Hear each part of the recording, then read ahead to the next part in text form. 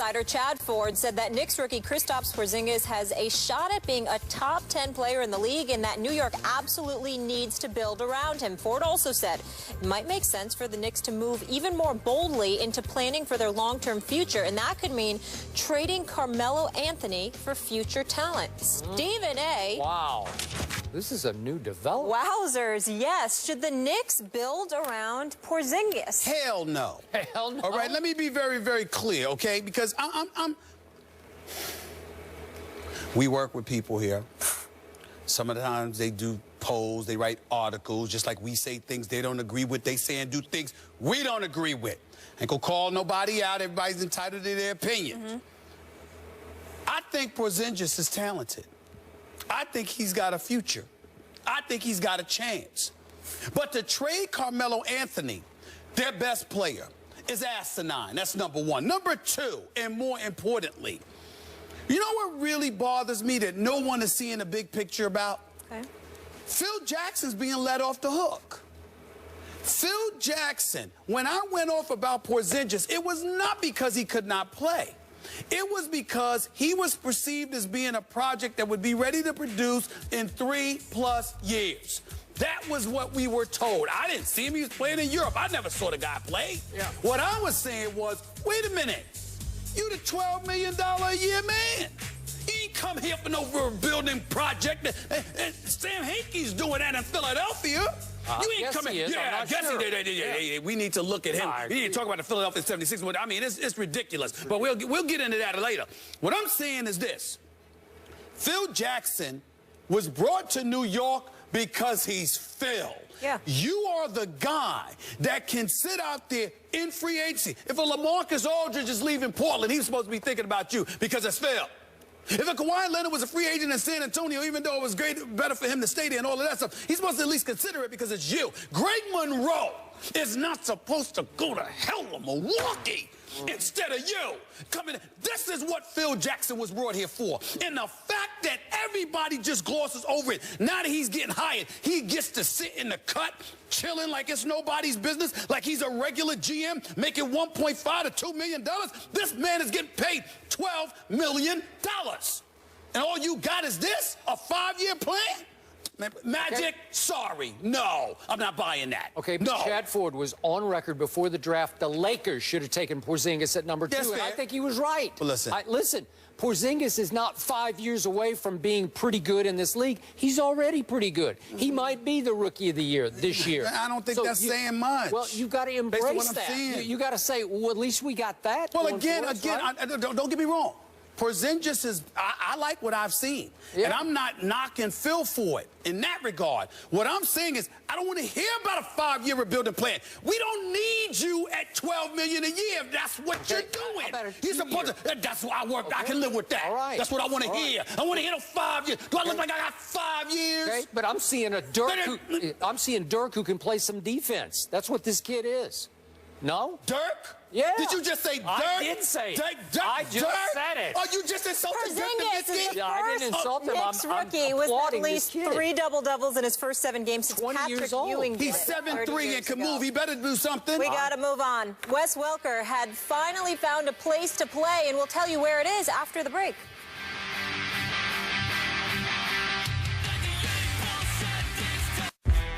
First Take is brought to you by the makers of Dr. Scholl's Massaging Gel Insoles. Despite his concussion history, the Rams, bless you, have signed Wes Welker. We're having a lot of sneezes. Skip, do you fear for the Rams in terms of Welker's health? Boy, I think he should fear for his own health. But, Stephen A., my opinion of this is if Wes Welker wants to risk his long-term health, that's his right. I just say God bless you. It's his right. I am worried about him, though, but it is his right to do it. I wish him nothing but the best because he's good enough to be in this league talent-wise. Just those concussion issues is a problem. As for Stedman Bailey, here we go. Give me the camera, please. Oh. Stay off the weed. Sorry I had to say it again. But we can't help ourselves. We're assuming, of course, is, violation of league drug policy, 4 games. What else is there to assume, right? Thanks for joining us. Jeezy's here tomorrow. Can't wait. The Bears get their third victory of the season, defeating the Chargers at Qualcomm 22-19. Philip Rivers threw for 280 yards in the loss, giving him 3,033 for the season. That marks his 10th straight season with at least 3,000 passing yards, tied for the fourth longest streak in NFL history. Pretty impressive. But his team has just 2 wins this season and holds the last spot in the AFC West. Skip, how would you rank Philip Rivers' career? I don't know for sure. This guy baffles me. He's always baffled me. We did a show in Miami around the time LeBron broke through and won his first ring. Remember that, over the Thunder? And we had a question in the show about Philip Rivers. I'm sorry, it's about which athlete needs to break through now. Who has the most pressure on him? So I'm going back, what is that, 5 years almost now? 4 years? And I picked Philip Rivers. He needs to validate his sort of top 10 ranking as a top 10 or even top 5 quarterback statistically with something big in the playoffs, a big playoff run. And the only way I can rank him is to compare him to your guy Eli Manning, because we have to go all the way back to how this started, right? 2004 draft. Okay, Eli says, nope.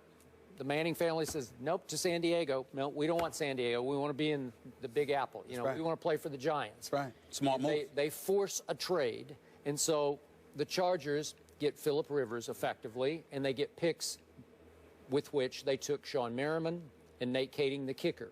Pretty good deal. Yeah. You know, pretty good, okay. And what has happened? Okay, this is my bottom line on Philip Rivers. Every time I watch him, I feel like, versus Eli, Philip Rivers comes off to me as a constant overachiever. Eli comes off to me as a little bit of an underachiever, because I think Eli has big-time ability, and we talked about his blue-blooded sort of background and the base of confidence that he has, the bedrock of confidence that was instilled in him by his father and his big brother, all of his brothers. And in Philip Rivers, I always see a guy who comes across as a hard luck loser to me. He's always like, it's just, I'm so close, but in the end, I'm a hard luck loser. We got injuries, didn't work, you know. He was up at the podium last night saying, well, it's just, we just don't have enough to quite, we're so close, but we just can't get over the hump. We've been so close in all these losses this year, can't quite get there. And Eli has been the occasionally lucky winner. But mostly, when we look at Eli's career, he's got 2 rings, and that's all anybody really cares about is, and I think they were like near miraculous playoff runs, but I got to give it up, because he's got those 2 rings, right? He shows, okay, in the Gatorade commercial, 2 rings. Okay, great. I'm impressed. Philip Rivers got none. And it's starting to feel like he's 33, almost 34. Eli's now 34, going on 35. But it's starting to feel like Rivers is always going to be a little bit of a hard luck loser. He's got talent. He's got the quirky motion that he never could quite get rid of. But he still comes across as something of a gutsy gamer overachiever, while Eli can be beautiful to watch. When he gets in rhythm, he looks like a top 5 quarterback. He looks like the prototypical NFL franchise quarterback to me, Eli Manning. I mean, nobody throws a prettier deep ball, or when he gets in rhythm. Now, he'll throw picks, but man, when he gets going, there's nobody who scares me more to root against him than Eli Manning. So that's how I assess what the hard luck loser that can be Philip Rivers. Excuse my naivete. What does that term mean, hard luck loser? You know, that nothing's ever going to quite go right for you. Got it. Okay. You know, like you're always going to get the worst break possible. Like you're always... Got it. It's like Brandon Whedon said about his life. He says, I've always been unlucky in my life, and it feels like Philip Rivers, even though he's won 4 playoff games, he's lost 5. You know, it's like he gets close, and they got up to Foxborough in 07, to the AFC Championship game.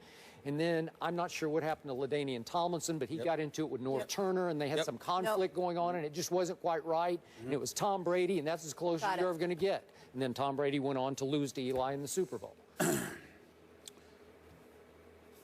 What has made the Giants successful is not just the requisite abilities of an Eli Manning. It's the continuity that they've blessed him to have with Tom Coughlin. I've lamented on at least 2 occasions that Tom Coughlin should have lost his job over the years. Missing the playoffs 5 of the last 6 years, et cetera, et cetera. Before he won the Super Bowl the first go-around in 27. in 2007. Yeah. He was on a hot seat, okay? And then they went on and they won the Super Bowl. The point that I'm trying to make to you is that somewhere along the line, the franchise thought about Eli Manning and trusted Tom Coughlin because of Eli Manning. If a quarterback change had took place, I think Coughlin would be gone. And the reason why is because if Eli's your franchise guy, then you have to have the guy there that he's most comfortable with and who can get a lot out of him, which is Tom Coughlin, who we all know to be an exceptional coach. I'm just thinking about his record. Certainly not questioning his competency in any way. When I think about the San Diego Chargers, Skip Bayless, you know what I go back to, man, that I can't let go of to save my life, Skip? I go back to the San Diego Chargers and the year of 2006 when they were 14-2 and Marty Schottenheimer was their coach. Yep. Cam Cameron was their offensive coordinator. Wade Phillips was their defensive coordinator. Our very own Rob Chudzinski, who's now the offensive coordinator in Indianapolis, was your tight ends coach at that time. They are 14-2, but they lose in the playoffs. They lost their divisional playoff game. They immediately make a change after the 14-2 season, apparently because Al Smith wasn't getting along with Schottenheimer and all of this other stuff. Who'd they lose to? Do you have it right there? I'm sorry, I can punch it up in just a second. That's fine. Don't worry. That's all right. That's all right. It seemed like okay. they lost to. No. I mean, I give it to you. I give it to you right now. They lost to New England. To New England, okay. 14-3. I got 14-3. That was a Brady That's game. Right. Of course it was. That's right. Yeah. So what I'm saying to you is this. From that point forward, you had Norv Turner. Yep. Now, Norv Turner did have a successful couple of years. One year he was 11-5. Another year he was 13-3. But they didn't win playoff games then either. Somewhere along the way, from an organizational perspective, from a structural perspective, something is missing with the San Diego Chargers. And that has affected and contaminated Phillip Rivers. Because when I look at Phillip Rivers, who's in his 12th year, and I see him throwing for over 3,000 yards, and I see a QBR in the 60s, and I see a quarterback rating of 100, and I see him completing about 68, 69% of his passes, I'm like, excuse me, those are the kind of things you want from your quarterback. So regardless of what struggles, and I love the analogy that you use about him being a bad luck kind of guy, because in a roundabout way, what you're saying is, it ain't him. He's a part of it, but he ain't the reason. And so that's the sad part about it. He's wasting away in San Diego. I know he's got, him and his wonderful wife just had, what, their 8th child, I believe? 8. Okay, 8, okay? 8 is enough, I guess. Maybe it is. I don't know. I don't know. That's the name of a television show from a long time ago, who don't remember. Well, that was way before my time. Yeah, you stop it. So here's the deal. I'm looking at it from that perspective, and I understand him wanting to be in San Diego. The weather's beautiful, it's nice. You're very comfortable out there. They treat you like royalty. You're Phillip Rivers. But if you want to win, he might be better. I know he's got a no-trade clause in his contract, new 4-year deal, I believe, before the season. Yeah. I know all of that. But he might be better off going to... Let me tell you something right now. Could you imagine what Phillip Rivers would do with the Jets? Could you imagine what he would do with a few other teams? Could you imagine what he'd do in St. Louis? I mean, could you imagine that? I mean, if you give the man some weapons and you give him a defense that he can rely upon, okay, and a coach, because listen, let's face reality. We may disagree with Jeff Fisher from time to time, but the man can't coach. Sure. I mean, it's not like he can't coach, okay? He knows a thing or two about what he's doing. Listen, we can't knock him because he's making decisions bigger than football.